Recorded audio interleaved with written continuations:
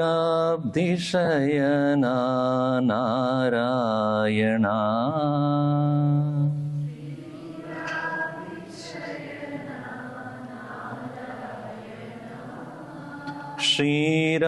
ക്ഷീരാബ്ധിശയന നാരായണ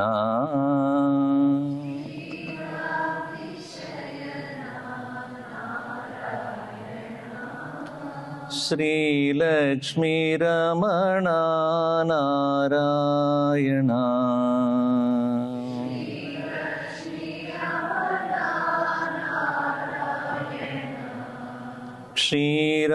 ക്ഷീരാബ്ധിശയന നാരായണ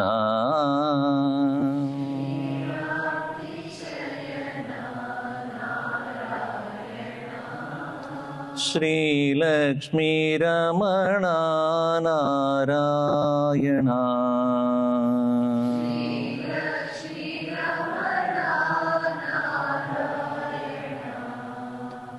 നാരായണ ശ്രീമന്നാരായണ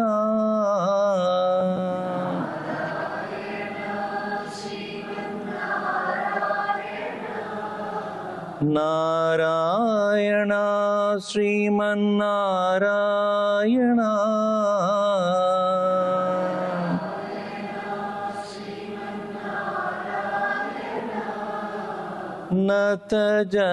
നതജനപരിപാല നാരായണ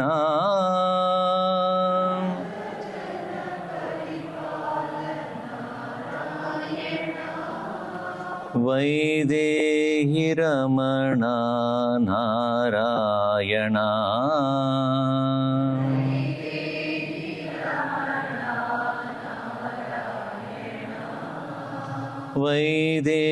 വൈദേഹിരമണ നാരായണ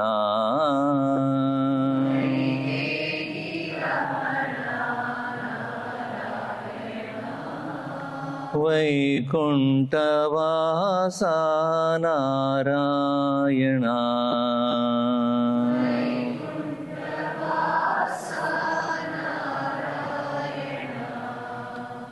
നാരായണ ലക്ഷ്മീ നാരായണ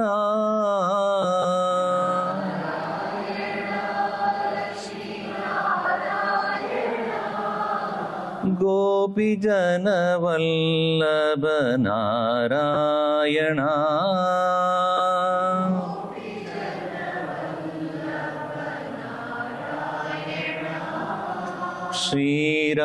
ക്ഷീരാബ്ധിശയന നാരായണ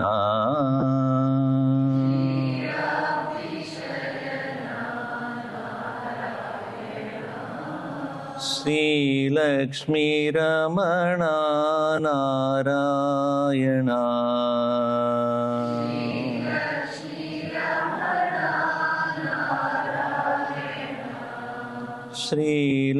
ശ്രീലക്ഷ്മീരമണ നാരായണ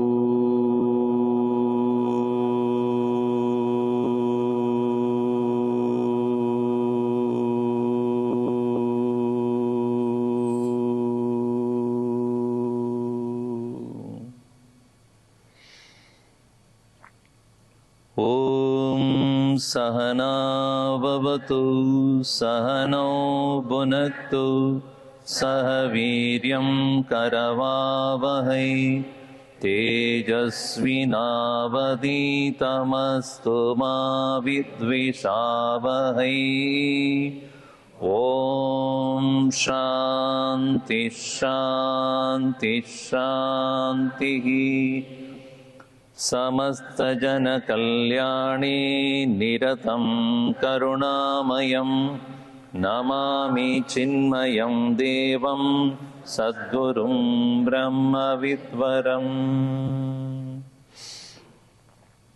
ॐ पार्थाय प्रतिबोधितां भगवता नारायणेन स्वयं व्यासेन ग्रथितां पुराणमुनिना मध्ये महाभारतम् अद्वैतामृतवर्षिणीं भगवतीम् अष्टादशाध्यायिनीम् अम्ब त्वामनुसन्तदामि भगवद्गीते भवद्वेषिणी यं ब्रह्मा वरुणेन्द्ररुद्रमरुतः स्तुन्वन्ति दिव्यैस्तवैः वेदैः साङ्गपदक्रमोपनिषदैः गायन्ति यं सामगाः ध्यानावस्थिततद्गतेन मनसा पश्यन्ति यं योगिनो यस्यान्तं न विदुःसुरासुरगणाः देवाय तस्मै नमः देवाय तस्मै नमः।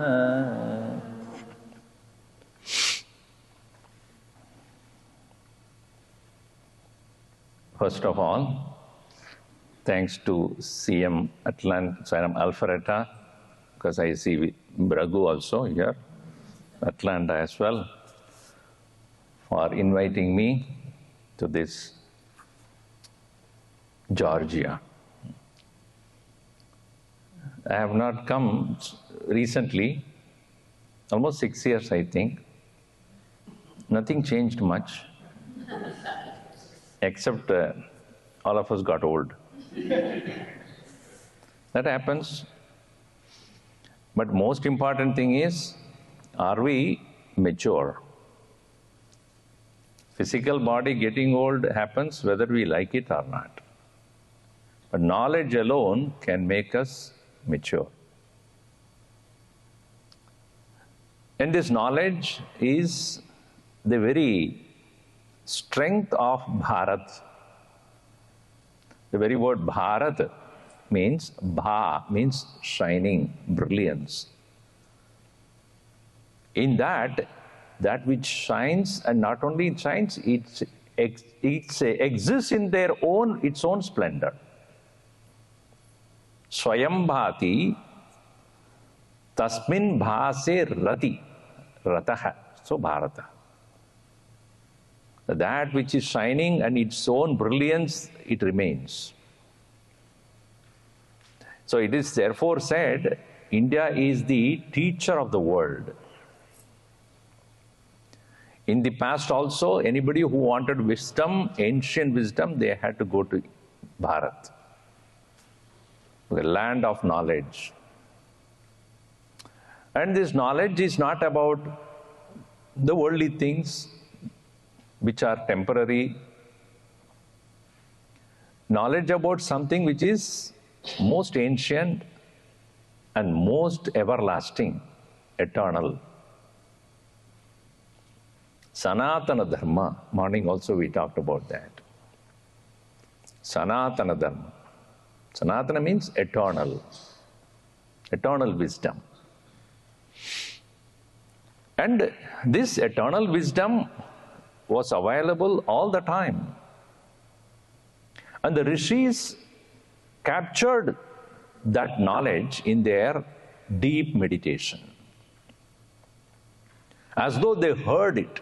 Therefore, what they have heard and passed on to the generation, is known as Shruti. Shruti means what they have heard and passed on. And knowledge always passed on by the teacher to the students at that time. And the tradition of passing on the knowledge through listening and speaking continued for many thousands of years. Until somebody woke up and said, we need to put it down in writing, because it can be lost in the way it is communicated. Or not that everything that we listen, we remember. Our ability to remember what we have heard is also nowadays very going down only. After an hour and a half of my talk, I'll ask you, what did I say? So you may say, whatever you said. So tell me what I said. So you may say, you forgot? To me. So what we hear, we usually do not remember that well. So it was Veda Vyasa who actually decided to compile this knowledge. Vyasa, the very word means compiler. Oh, Fortran or basic? No. It's not a software language. So he compiled, gathered, and put together this knowledge. And this made him very well known as Veda Vyasa. Vyasena gritidam purana munina madhye mahabharatam. So he compiled this knowledge and gave to the world as 4 Vedas. He did not create it, he just compiled it, tabulated it, indexed it. And this knowledge, which is found by got by the rishis and compiled by the great Veda Vyasa, is what is known as the ancient knowledge of the Bharatavarsha, the holy book of Bharat. But it was traditionally kept in places of learning, not available in the marketplace, not available for common man.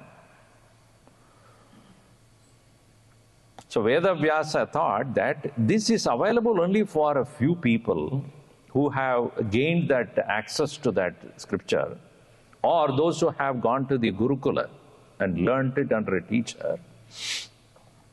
But the essence of this knowledge must be available to common man. How do we do this?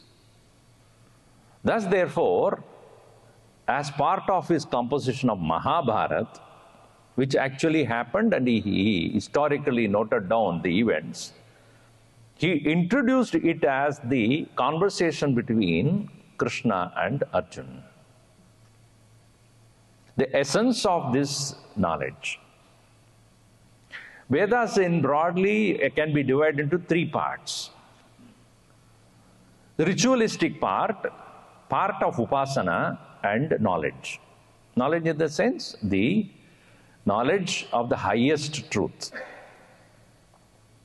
That part of the Vedas which discusses on the highest truth is known as Uttara Mimamsa. And the upasana and rites and rituals are known as Purva Mimamsa. Mimamsa means analysis, analytical approach to goals of life. So we'll come to that point now, goals of life. What is anybody's goal of life to start with? If I ask any one of you, what is your goal of life? Invariably, every one of you would say, to be happy. Is it not? Is there anybody who want to be miserable here? Please, I can give you a lot of them. If anybody wants to be miserable. Nobody wants to be miserable. Everyone wants to be happy forever. You know, that's any story, then happy forever. So how to be happy all the time? How to find the fulfillment of life? That's why goal means goal of life fulfilled. G-O-L-F. Golf. Goal of life fulfilled. So people go to play golf also. And interesting, that game is very interesting because there is no opponent for you. Isn't that true? Nobody is opposing. Nobody is competing with you. You compete with yourself. So in this, if I ask that question, what do you want in your life? You say, life. I want to be happy. Next question is how. It is like once Gurudev was checking out in a hotel room.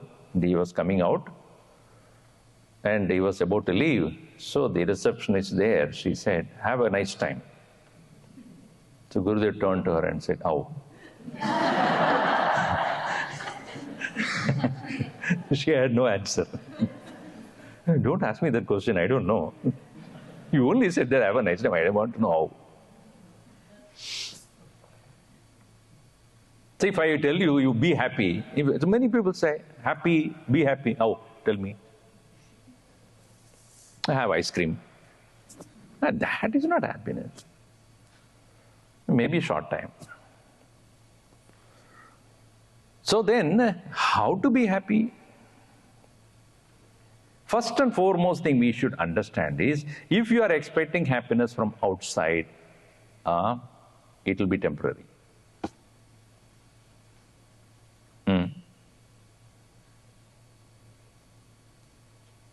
Any source of happiness that comes from outside ends. Whether it's a relationship or object or achievements. Because the source changes. Everything undergoes change. And what can give you happiness at this moment will not be there in the same condition next moment. If you observe your life, you would have understood this. Whatever friends you had when you were young, when you were playing along with them and those things, and you consider that as the best part of your life, where are they? And those days have gone, those play and the games are over. So everything that we come to see as the source of happiness, at some point of time, it fails to be. So, the simplest thing that we must understand is, if you are seeking the happiness from an external object or external cause, then you are doing something wrong. Your thinking is wrong. So if you want to be happy all the time, you must understand, if I want to be happy all the time, then the source also must be there all the time, without leaving me even for a moment. What is that? What is that which remains with me forever, unchanging? And that alone can be a constant source of joy. Anything that remains for only a short period of time cannot be the eternal source of happiness. So therefore, the question is, what is that which is there with me all the time? Unchanging.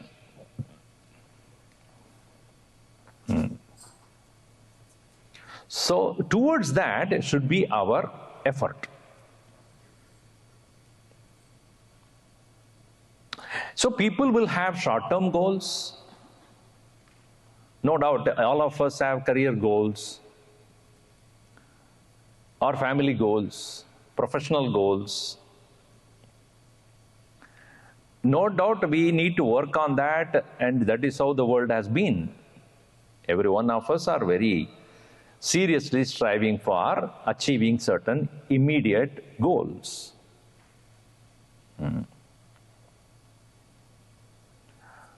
What is Charama Lakshya? Meaning ultimate goal is what? If your ultimate goal is eternal, all everlasting happiness, find out whether the immediate goal is towards that or away from it. If you are going towards west, don't travel east. One person went to the airport in LA, Los Angeles, and at the ticket counter he said, I'm going to Seattle. Oh, very good. And I have 2 bags here. This one has to go to New York, another has to go to Washington. What? Where are you going? Seattle. Yeah, but bag, yeah, well, this is to Washington, that is for New York. Sir, that doesn't work. Wherever you are going, that is where the baggage goes. Yeah, that's what I thought, but last time you didn't do that.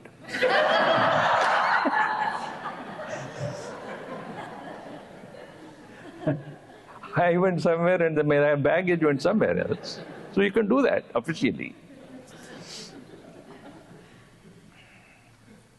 So if I have a goal to reach at some point, my immediate goal also should be in alignment with that. So whether it's a career goal or family goal or anything that you consider as the immediate responsibility or goal of life, it should align with your ultimate goal. Ultimate goal being always happy, and that again, by the logic, as I said, that the logic being the source should be something which is not changing, which is always with me. Now think, what is that I need to keep it as my final goal, which doesn't get lost?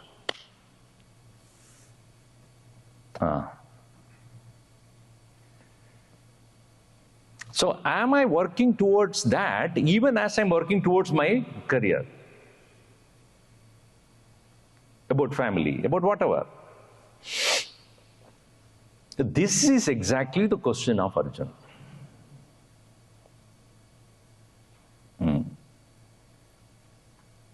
If you read Bhagavad Gita, you should understand why he is asking questions. What is that which prompted him to ask questions? So any effort that you put towards your final goal is called Purushartha. Purushaihi artyate iti Purushartha. What is sought after by human beings. Only human beings can decide to be happy.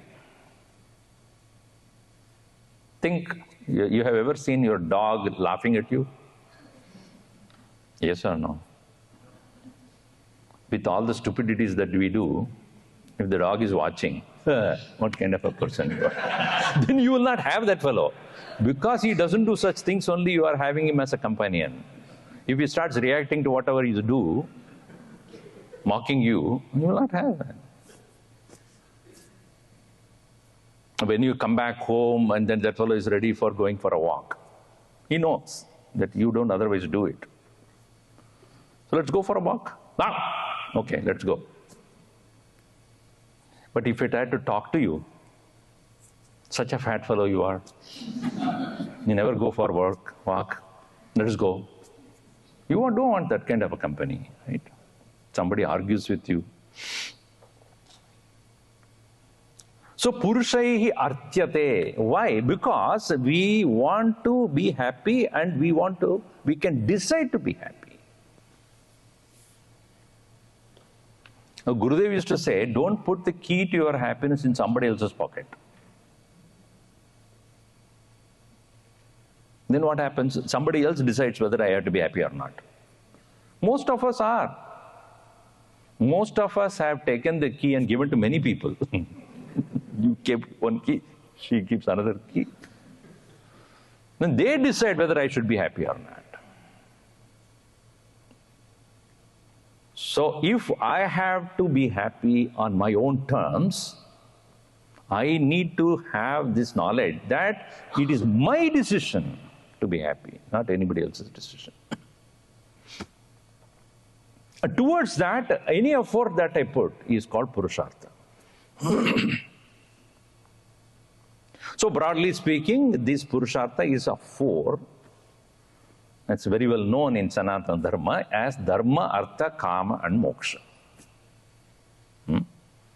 Starting from Dharma, then Artha, wealth, then Kama, desire fulfillment, and then Moksha, the freedom. So what Sanatana Dharma says is, Moksha is another word for eternal joy. Moksha is another word for Anand, Sukham, Paramartha Sukham. And Dharma is the starting point. If the starting point itself is wrong, then you will not reach there. That's what I tried to say. When you are going towards the west, don't travel towards the east. So Dharma is the starting point of the final goal of moksha. That is the reason why Arjuna asked this question, I am confused about Dharma.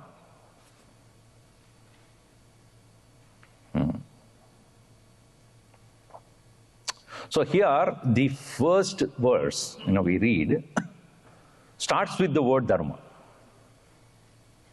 First verse in Bhagavad Gita starts with Dharma. And the last verse in Bhagavad Gita ends in Mama. Dhruvanitir matir Mama. So some scholars say the entire Gita is about Mama Dharma. What is my Dharma? So the relevance of Dharma must be understood not as something good to do. No, it is a means to moksha. It's a means to the final destination. So the Bhagavad Gita begins with the first statement that in this place which is meant for Dharma, we'll read that verse. First verse.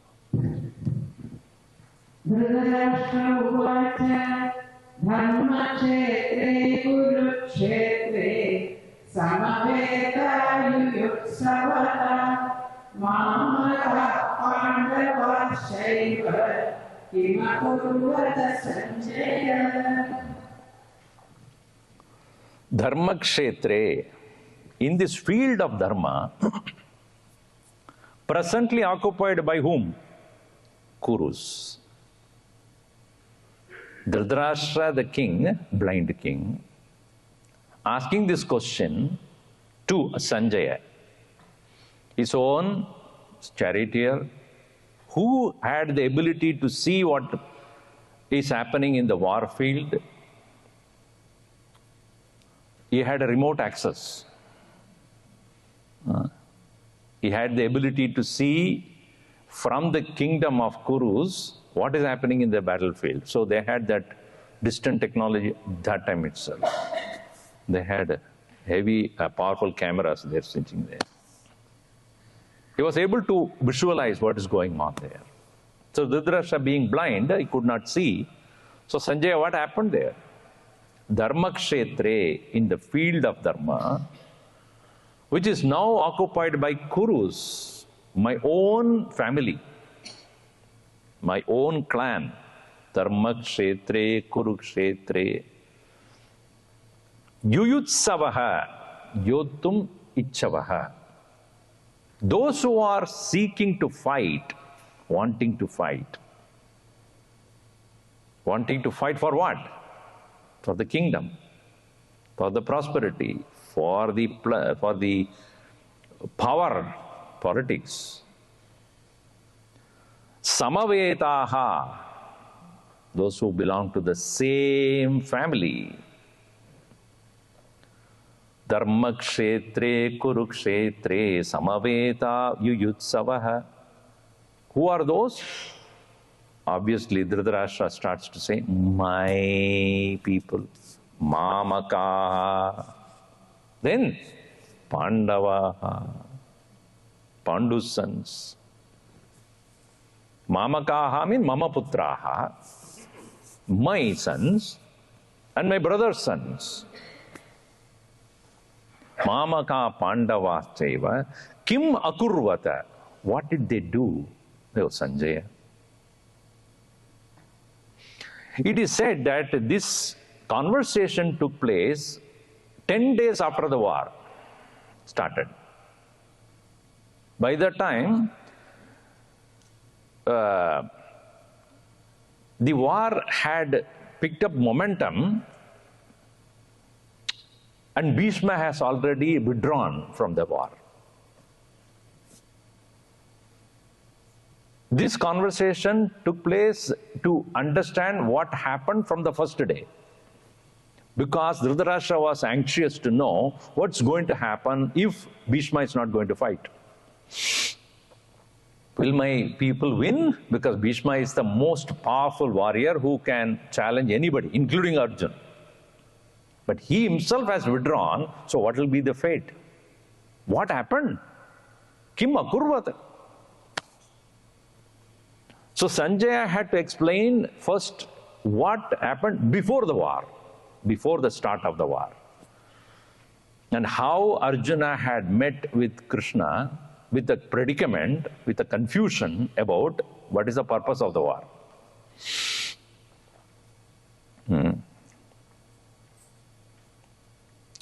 What was the confusion of Arjuna?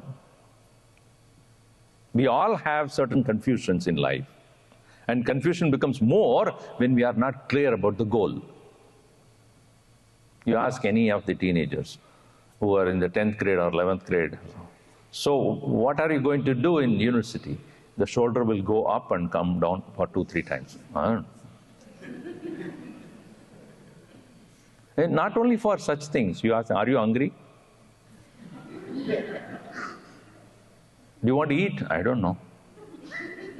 If you don't know, who will know?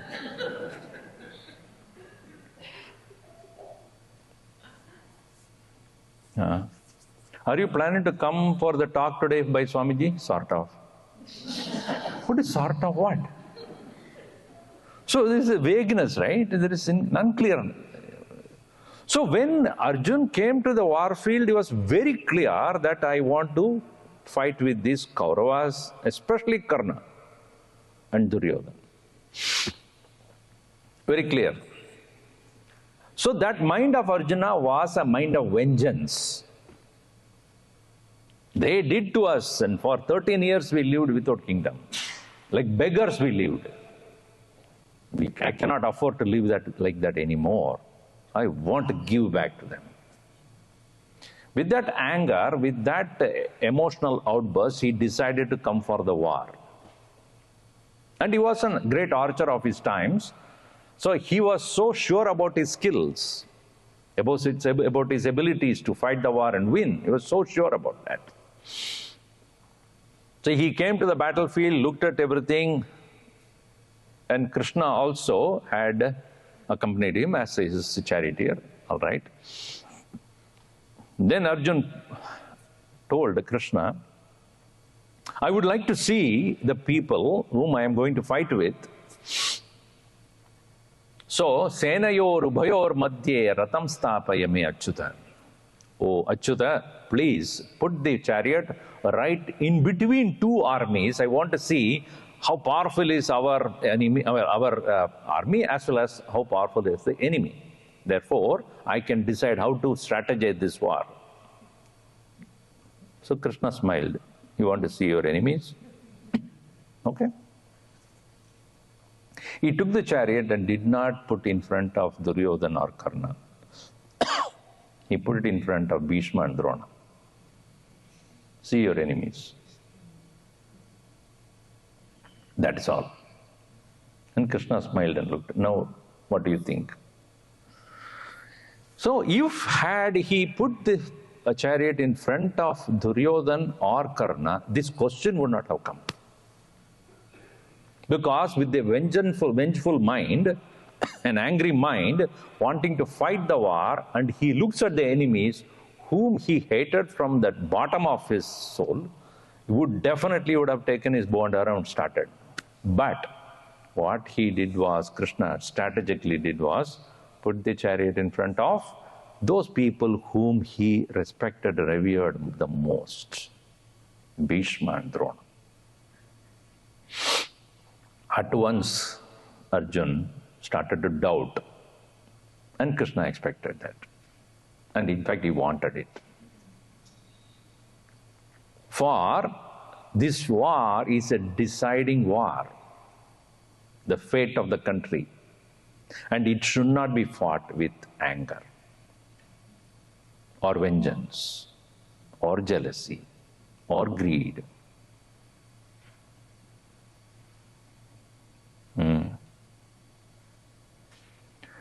I parallelly would talk to you about what is our way of looking at our life also.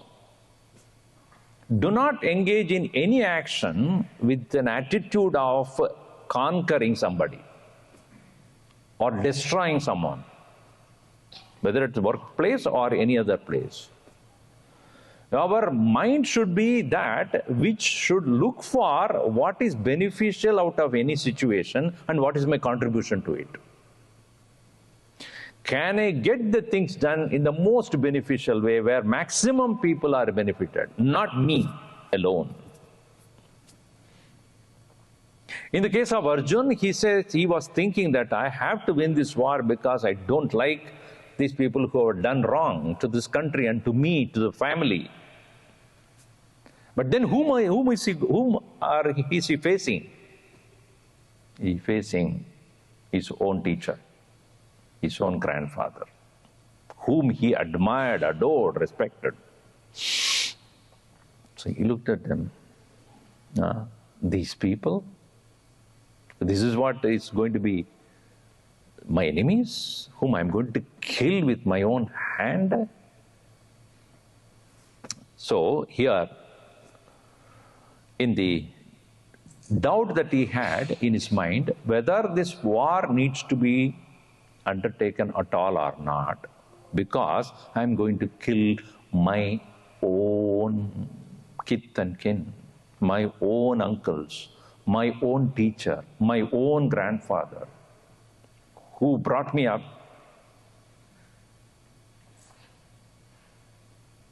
So therefore he says, we'll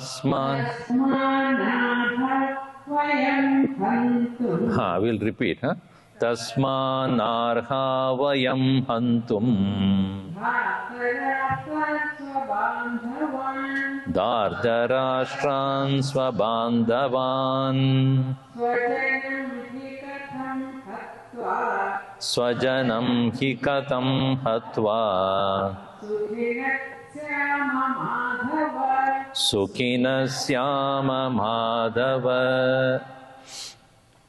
Mama Bandhavan, my bandhus, my own relatives, Dardarashtran, Dhritarashtra Putran, the sons of Dhritarashtra, my own relatives, Vayam Hantum Narha. Tasmat. Therefore, Vayam, by us, Hantum, to kill, na arhan, not deserving. These people don't deserve to be killed by us, because my own people. How we can be happy by killing our own people, Krishna? Swajanam hatva, killing my own people, one's own people. Katam sukam syama, hey Madhava. How can we ever be happy? Now, what was the mindset of Arjuna before coming to the battlefield, and what is his mindset right now? This is why you should never take your mind too seriously. It changes so fast. Man ki baat hai. Man ki baat hai means what? Like a monkey only it is, jumping all the time. It never stays in same condition. January 1st, you take the resolve. January 2nd, dissolved. Every resolution becomes dissolution. You say that tomorrow onwards, I'm going to get up early and do my workout and all this thing. You keep alarm for 6 o'clock or 5 o'clock in the morning. After all, the alarm, obviously, or you can tell Google, hey Google, wake me up at 5 a.m. 5 a.m. it will start. Stop. Who on earth gets up at 5 o'clock? So you are the one who started that earlier, previous night. You yourself will doubt your own decision. That's called mind. Sankalpa vikalpatmakam manaha.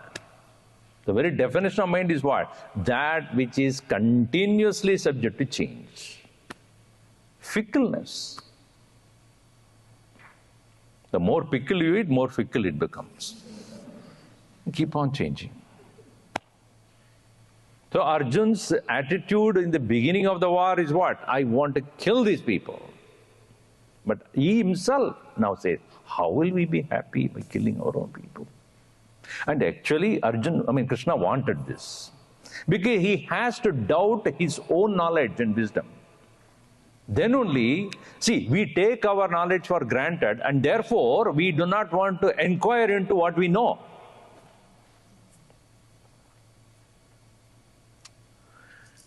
If you tell your friends, I am going to Swamiji's talk on Gita, I have heard so many times.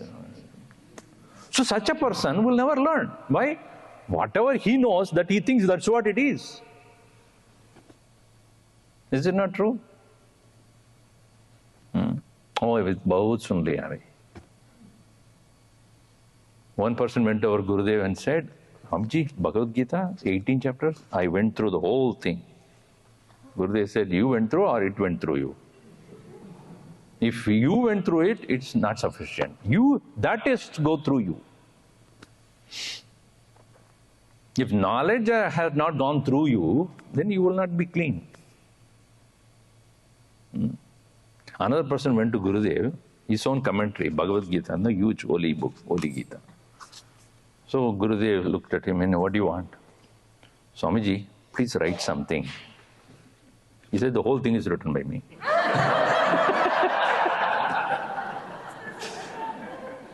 No, your special advice. He said, read, that's my advice, read and reflect. So if Arjun had a decision, he has to doubt his decision.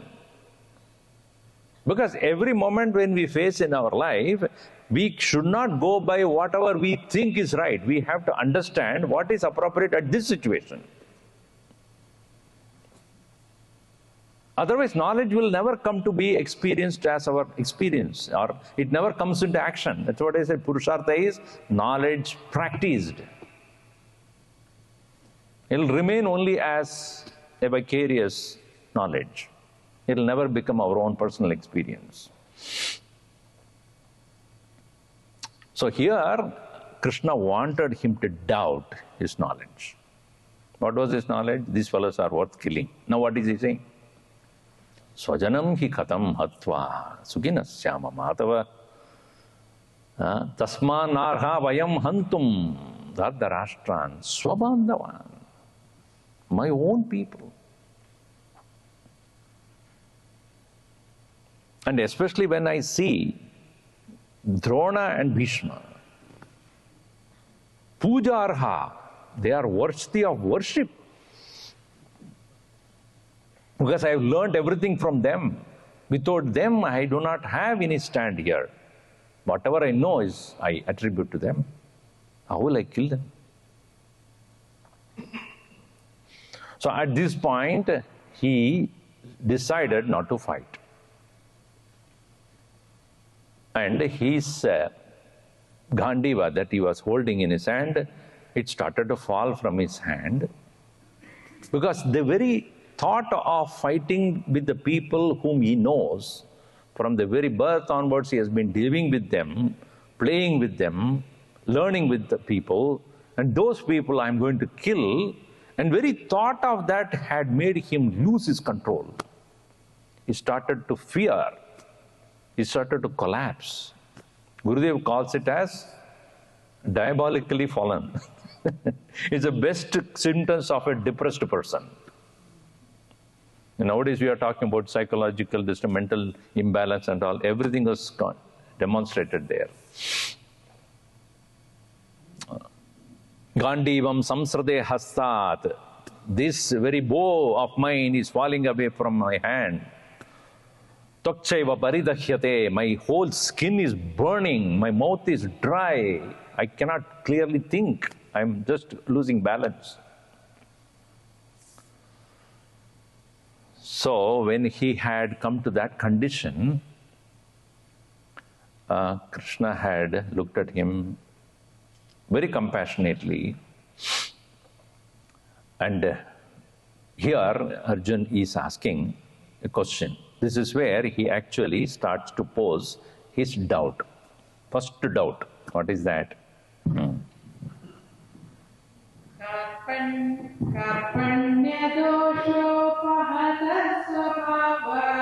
Karpanya dosho bahata swabhavaha.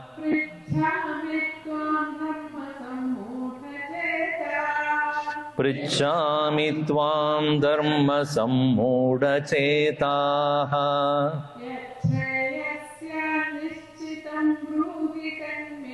Yashreyasyan nischitam bruhi tanme.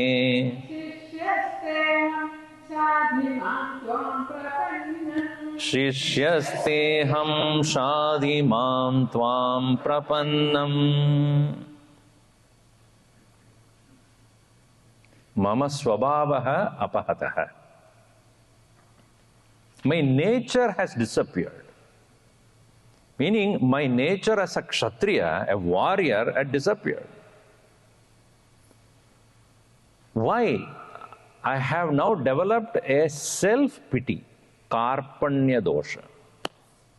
Kripana means a feeling of pity about oneself. Many people say, oh, my condition nobody understands. I am such a pitiable condition. This is also a sign of depression. Nobody understands me, Swamiji. Nobody understands me. An interesting thing is, they come to Swami for everything. Except about spirituality, everything they'll ask. Swamiji, my son doesn't listen to me. My wife also doesn't listen to me. What do I do? What do I do? I don't have any experience also. Why are you asking me? See, when you go to a doctor, you talk about legal problems? No. Go to a lawyer and talk about your stomach pain? No. But with the Swami, everything goes. And we poor Swamis have to give some answers. So, kripana means self-pity. Karpanya doshaha apahataha swabhavaha. My swabhava kshatriya is now disappeared. Because self-pity is a situation where you have started looking at yourself as cursed. I don't know what to do. That cannot be a condition of a kshatriya who stands for protecting everybody. If you go to a doctor who is constantly coughing, will you go? Or you go to a dentist who doesn't have a teeth? Think about it.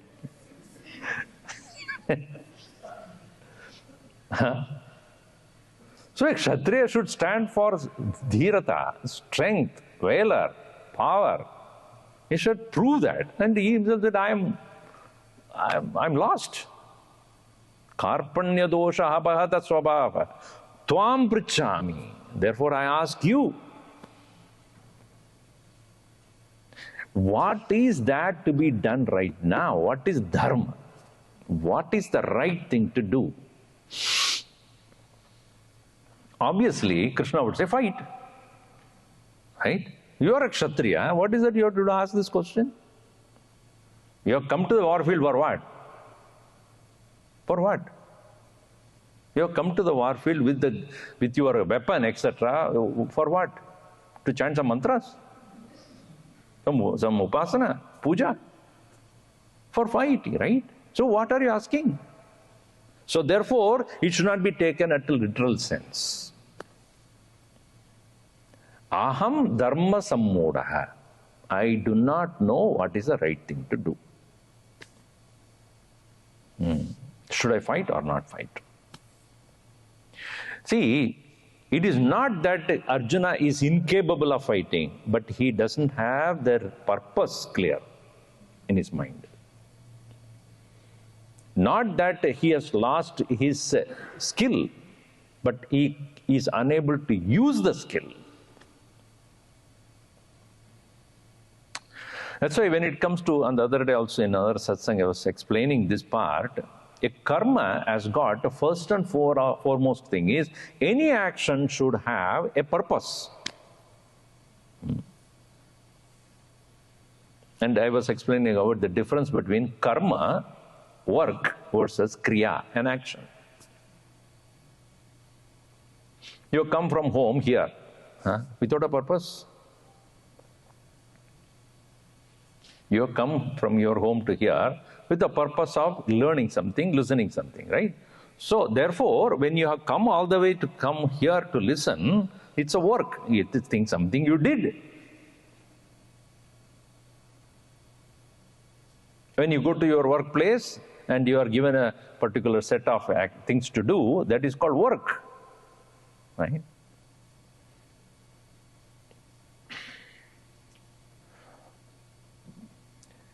But when you are eating, it is not a work, it is an action. But if you are cooking, it is a work. Think of the difference. The difference between work and action is work has a specific purpose specified, and you want to achieve that, which requires efforts, which requires planning, which requires resources. One man came home and he asked his wife, "What are the choices for my dinner?" She said, "To have or not to have?"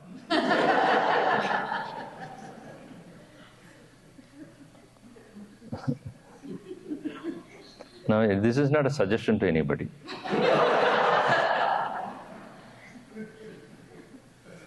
One man said that to his colleague that I have to go home. It's already late. I have to go home. My wife will be waiting. In today's age, your wife is waiting to give you dinner. No, I have to make dinner.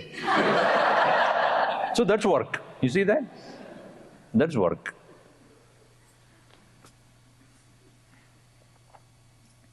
So the work must have a specified, clear purpose.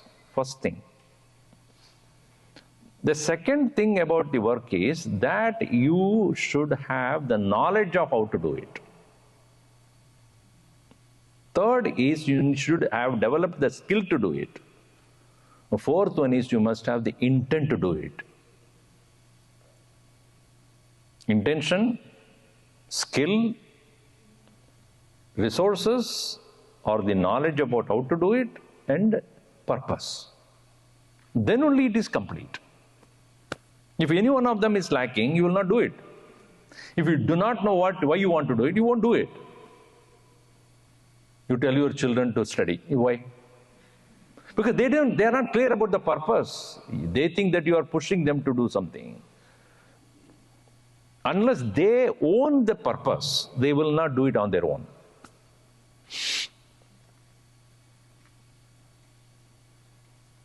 So the purpose must be clear. Purpose is there, but you do not have the knowledge about it, how to go about it. Then, I am hungry, I want food. It's very clear, I want food, but I don't know how to do it. Then I cannot proceed in that direction. But I also know how to do it. I go to the YouTube, etc. That is possible. I learn it, but I don't have the skill. I have not trained myself to cook. Once I tried, after that's the end of it. So there's many people ask, Swamiji, you cook? Yeah, I cook. But who will eat? Because what I cook cannot be eaten. So I don't have the skill to do that. Or I do not have the interest or intention to do it. Then also it doesn't accomplish. So here, what was the question of Arjuna? I don't know the purpose. Not that he doesn't know how to fight, not that he lacked that skill to fight. His intention was to fight only, that's why he came there. Now, in between the intention and the purpose, there is a confusion there. I'm not clear about the purpose, therefore I'm not clear about the intent also. How do I go about it? With what kind of mind? In the same way, many of us know what is dharma, meaning right thing to do. But why? You see, if you tell another person, you always do the right thing, then the next question, your youngsters will ask, why? Do good to others. I will. What about others doing? What are they? If I do good to others, what are they doing?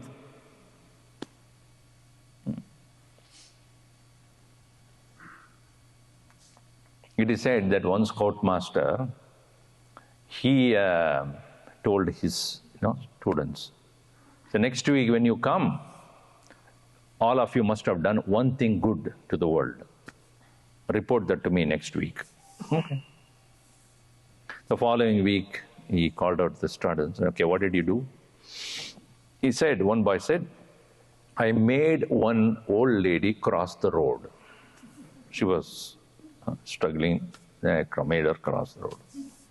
From one end, it's a big road, from left to right, I made her cross. In the very busy street, I made her cross the road. Oh, very good. Oh, second boy, what did you do? Actually, I helped him. I helped him make the old lady cross the road. The third one, what did you do? I helped both those guys to help the lady cross the road. Now he's getting very annoyed. Fourth guy, what did you do?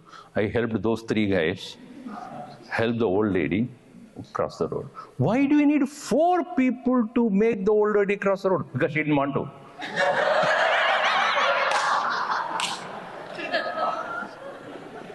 So do you think that is dharma?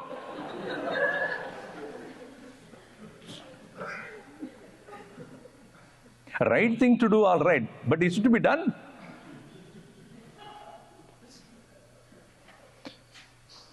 So he doesn't understand what is to be done right now. Should I fight or not to fight? Because fighting, if I do, I'll kill all the people. I'll kill my own people. If I don't fight, what will be my condition? Because I'm going back to the same condition where I was all these 13 years.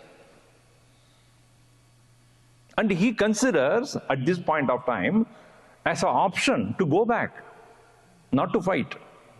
Which Krishna, he took so much effort to make sure that the final result of the whole problem comes to an end, comes to a fruition. At that point, Arjuna, the main person, if he doesn't cooperate, so he had to give the clarity about what is dharma. So, karpanya dosho bahata swabhavaha prichamitvam dharma sammoda chetaham. My chetas, my mind is dharma sammodaha, is deluded about what is dharma. Now the question is, the very important word that is here is, this dharma is for what? Shreyas. Yet Shreya. You may tell me to perform the dharma of fighting the war, no doubt, that's a Kshatriya dharma. I will do it if you say so, but does it lead to moksha? Because the word that he puts it here is Yat Shreya. This word is a technical word. It came in Upanishad itself. In any given point of time, we have options of two options: to go through the path of Shreyas or go through the path of Preyas. Shreyascha Preyascha Manushyam Etaha Tausam Paritya Vivinakti Dhiraha Shreyo hi dhiropi Shreyaso Vrunite Shreyo hi dhiropi Preyaso Vrunite Preyo manto yogakshemat vrunite. This is statement from the Upanishad. There are two things that come to us in every time, every option that we have: that which will lead us to ultimate good, that which leads to immediate pleasure. The immediate pleasure is known as prayas, and ultimate good is known as shreyas. Most of our prayers are for prayers. For immediate benefit only. How many of us pray for the moksha? No. First of all, we don't even know what moksha is. One person came to me and when I finished one talk and said, Swamiji, whatever it is, give me moksha. What? Just give me moksha. But kya hai moksha? Waah kuch bhi ho de do. What do you mean? You don't even know what you're asking for. So first of all, that what does that prayer, Shreyas, mean? Without understanding that, you would not have asked that question. Yet Shreyaha, that which is the ultimate good, bruhi tad me, to tell me that one.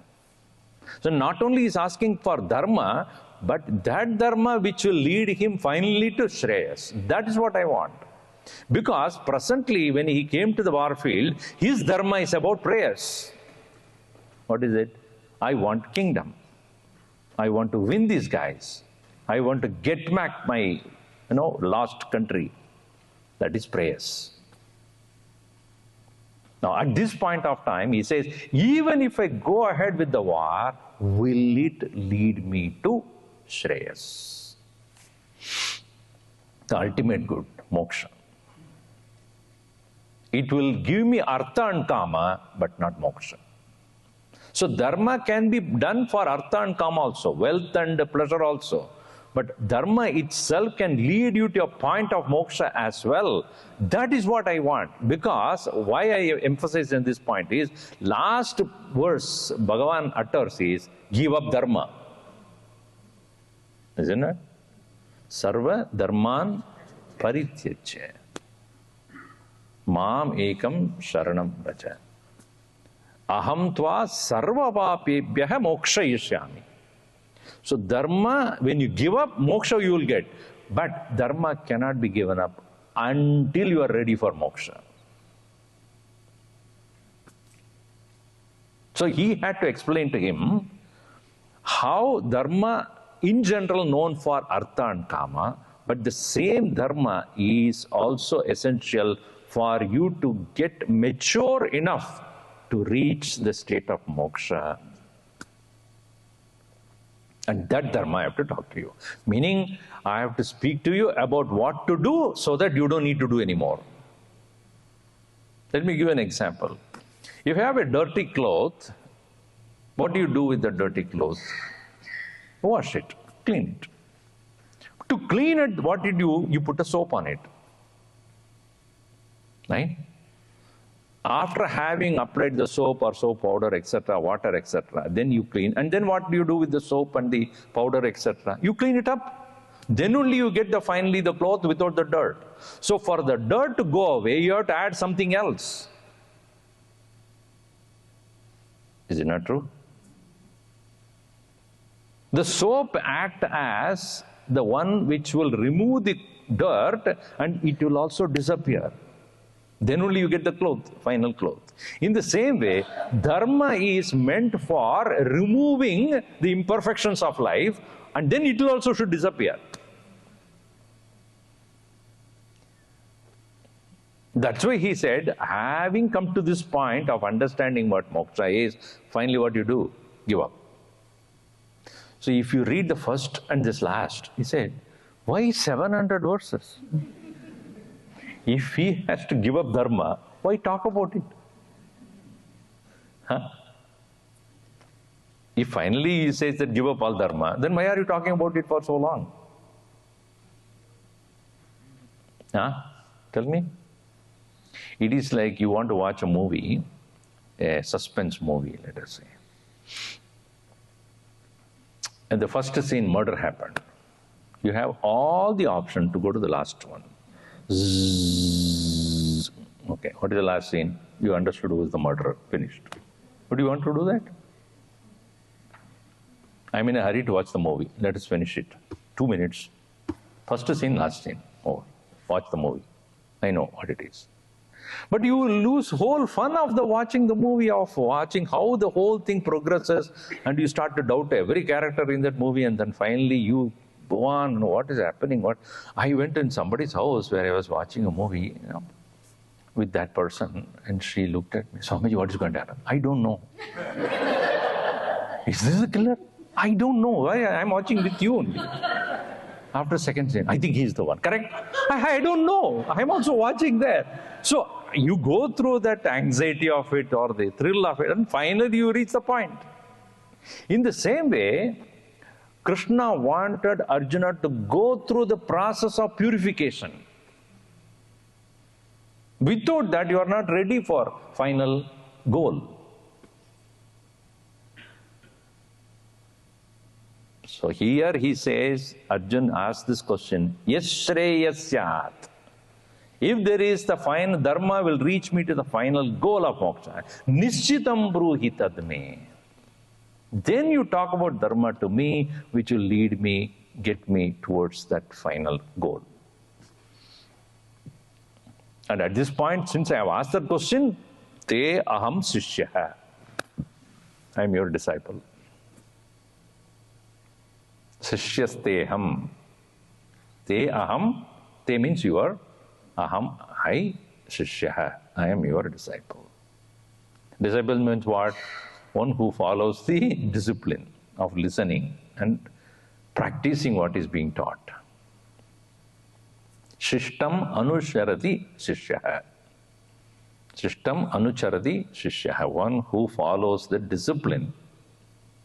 Shishya te aham. I am your disciple.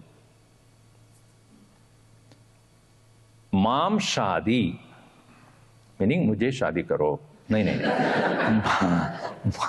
Mam shadi means teach me. Shadi in Sanskrit means teach me. Shasanam kuru. Shadi. Shadi in Hindi means he's not asking Krishna to marry. Shadi mam. Who am I? Prapannam mam. I have surrendered to you. Mam prapannam shadi. Please instruct me who has surrendered to you. So, you understand here, it's not that Arjun does not know how to fight the war, not that he doesn't have the skill, but he is confused about whether this fighting will ultimately end in Shreyas, which was different from purpose of war which he had in mind before coming to the war.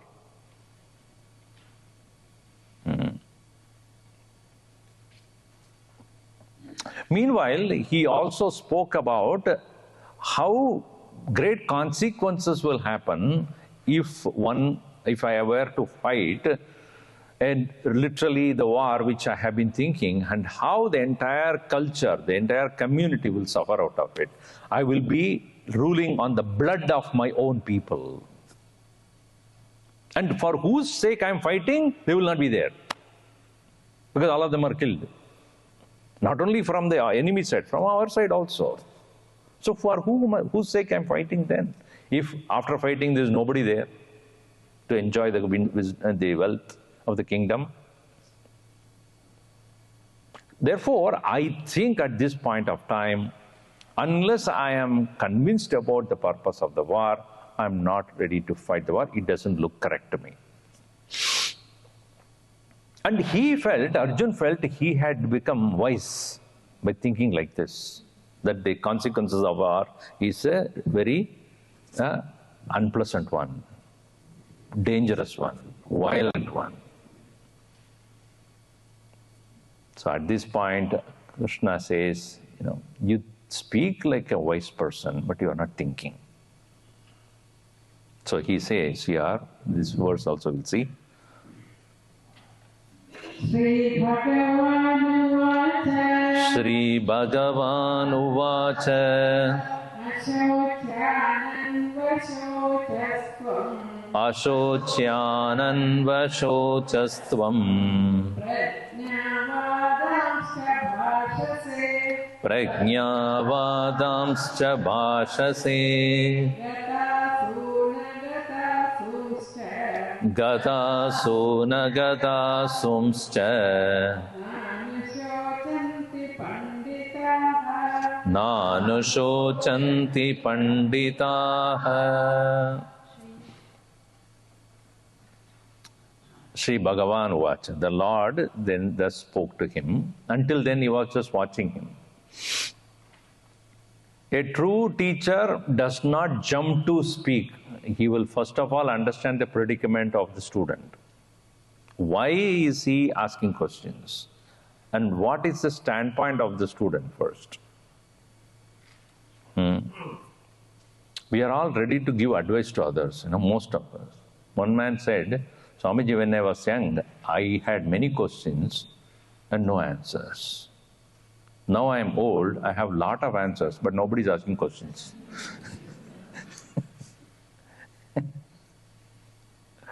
I have a lot of answers, but nobody is asking questions.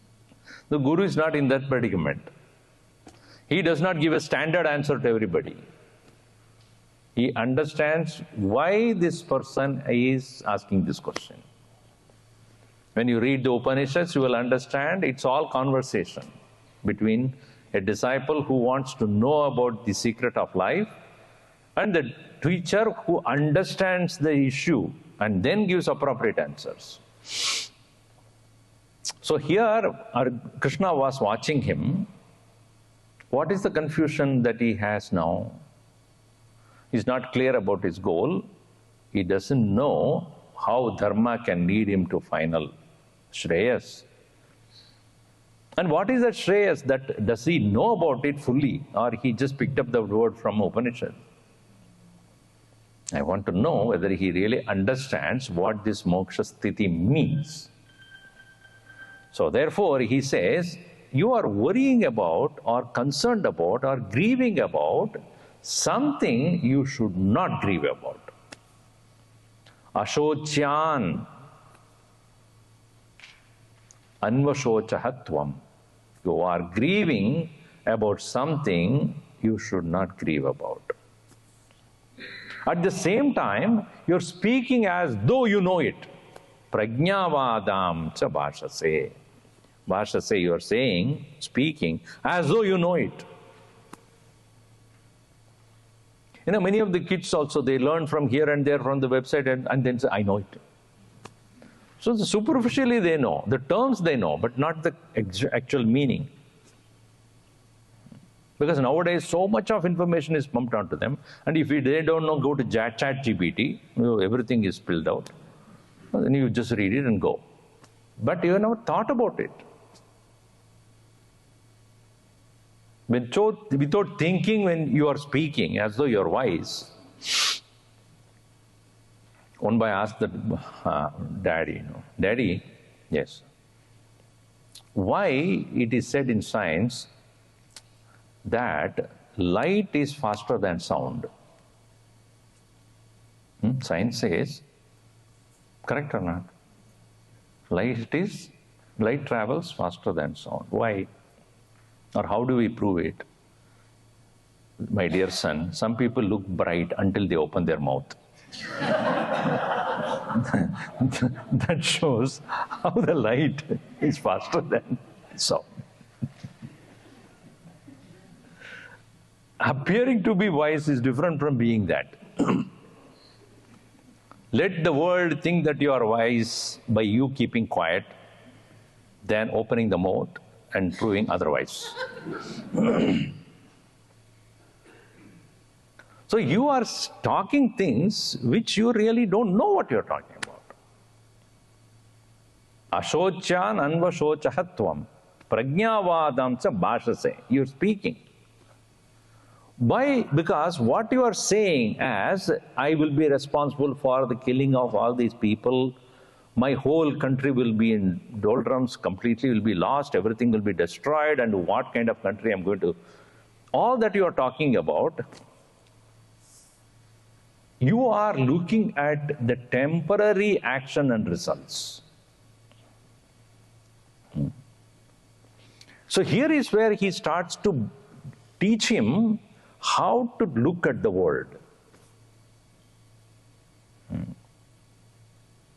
Panditaha na anusochanti. First thing.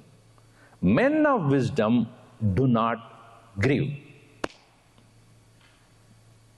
First one we have to understand. Grief means you have lost your wisdom. Knowledge takes you to a point where there is nothing to grieve. Because Ananda, as I have talked about in the beginning itself, why we are not able to remain in the state of joy, it is because our minds are dragged away to temporary things. If you look at what are you worried about all the time? One lady came to me and said, Swamiji, in my house nobody worries, only I worry. Because others are wise, they gave that job to you and then they moved on. Swamiji, if I don't worry, who will worry? Okay, keep doing it. Swamiji, you can say that because you are not like me. Never, I don't want to be. I thought about it long time back. So, first sign of wisdom, no grief. Panditaha na anusochanti. Last line you see, na anusochanti panditaha. What they are not worried about, or what we are worried about, gata asun, anagata asun, agata asun. Asun means life or breath. Gata asun means those whose life are gone, meaning dead. And those who are not yet dead. Gurudev used to say about the dead and not yet dead. Those which are lost are those, we are worried about those which are already gone or those who are on the way to go. Meaning what? Everything that changes are not worth worrying about. Gata asun, agata asun, na anusochanti panditaha. Men of wisdom do not sit and worry about what has gone and what is on the way to go. Yeah? Now you're worried about where I kept the shoes before leaving. Because you look at your own problems in the mind, most of them are about things that are unpredictable.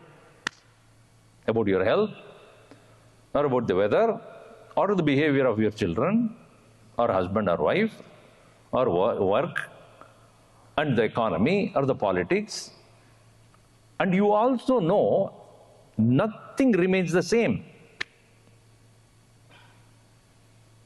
And all our worries about this only. Therefore, our mind is always occupied.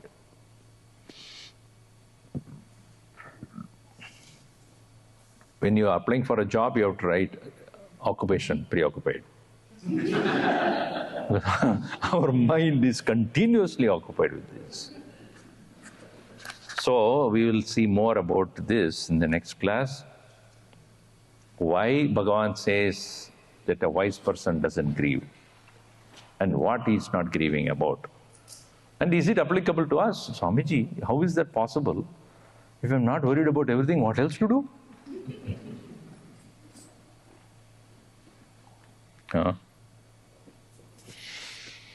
Om sarve bhavantu sukhinah, sarve santu niramayaha, sarve bhadrani pashyantu, ma kasyid dukkha bhavet.